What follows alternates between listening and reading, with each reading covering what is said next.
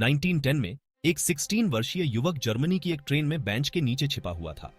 उसके पास टिकट नहीं था और वह घर से भाग चुका था। उसके पास पैसे भी नहीं थे और वह गरीब था। उस समय किसी को भी यह नहीं पता था कि यह युवक, जिसका नाम वुल्फ मैसिंग था, भविष्य में एक महत्वपूर्ण और प्रसिद्ध व्यक्ति बनेगा। उसकी अद्वितीय क्षमताओं ने उसे प्रमुख लोगों की संगत में ला खड़ा किया और हिटलर ने उसके सिर पर 2 लाख मार्क का इनाम भी घोषित किया।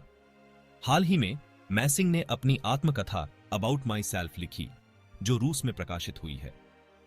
इस आत्मकथा में मैसिंग ने उस दिन की घटना का विवरण दिया जब उसकी जिंदगी पूरी तरह बदल गई थी। उसने लिखा कि उस दिन ट्रेन में बेंच के नीचे छिपे हुए उसकी घबराहट और पसीने की बूंदें आज भी उसे याद हैं। जब टिकट चेकर ने उसकी ओर देखा और पूछा, यंग मैन, योर टिकट? तब उसके पास कोई टिकट नहीं था। उसने पास पड़े एक कागज के टुकड़े को उठाया, आंखें बंद की और संकल्प किया कि यही टिकट है। उसने वह कागज चेकर को दे दिया और टिकट चेकर ने उसे स्वीकार कर लिया। इस घटना ने उस समय मैसिंग को खुद पर यकीन नहीं होने दिया, लेकिन यह घटना उसके जीवन की दिशा को बदलने वाली साबित हुई। वुल्फ मैसिंग ने भविष्यवाणी की थी कि यदि विश्व युद्ध के दौरान हिटलर रूस पर हमला करेगा तो हिटलर की मौत हो जाएगी। यह भविष्यवाणी इतनी प्रसिद्ध हो गई कि हिटलर ने घोषणा की कि जो भी मैसिंग का सिर लाएगा उसे 2 लाख मार्क का बड़ा इनाम मिलेगा।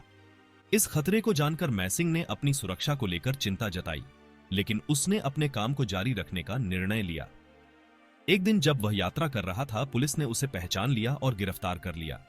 पुलिस वालों ने उसे थप्पड़ मारा और मारपीट की, जिससे उसकी हालत काफी खराब हो गई।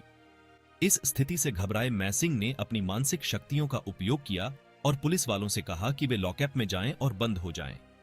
इसके बाद मैसिंग ने पुलिस वालों की वेशभूषा में खुद को छिपा लिया और सभी पुलिस वालों को धोखा देते हुए पुलिस स्टेशन से बाहर निकल गया।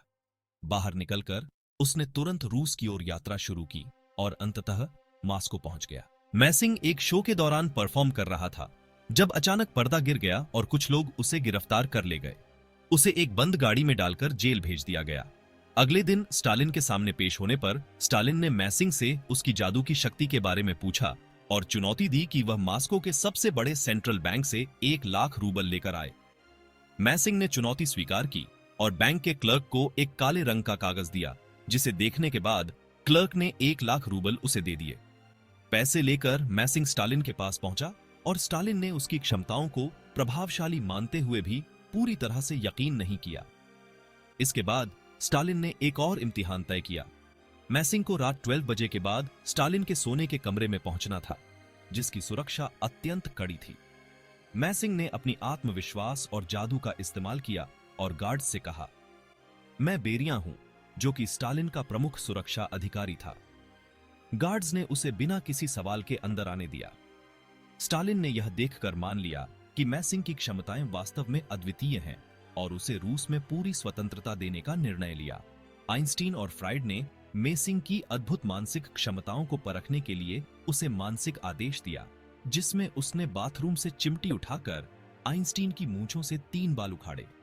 मैसिंग की भविष्यवाणियों और शक्तियों के प्रति उनकी प्रशंसा ने उसे 20वीं सदी के महत्वपूर्ण व्यक्तियों के बीच प्रसिद्ध कर दिया, जिसमें महात्मा गांधी और मर्लिन मुनरो शामिल थे।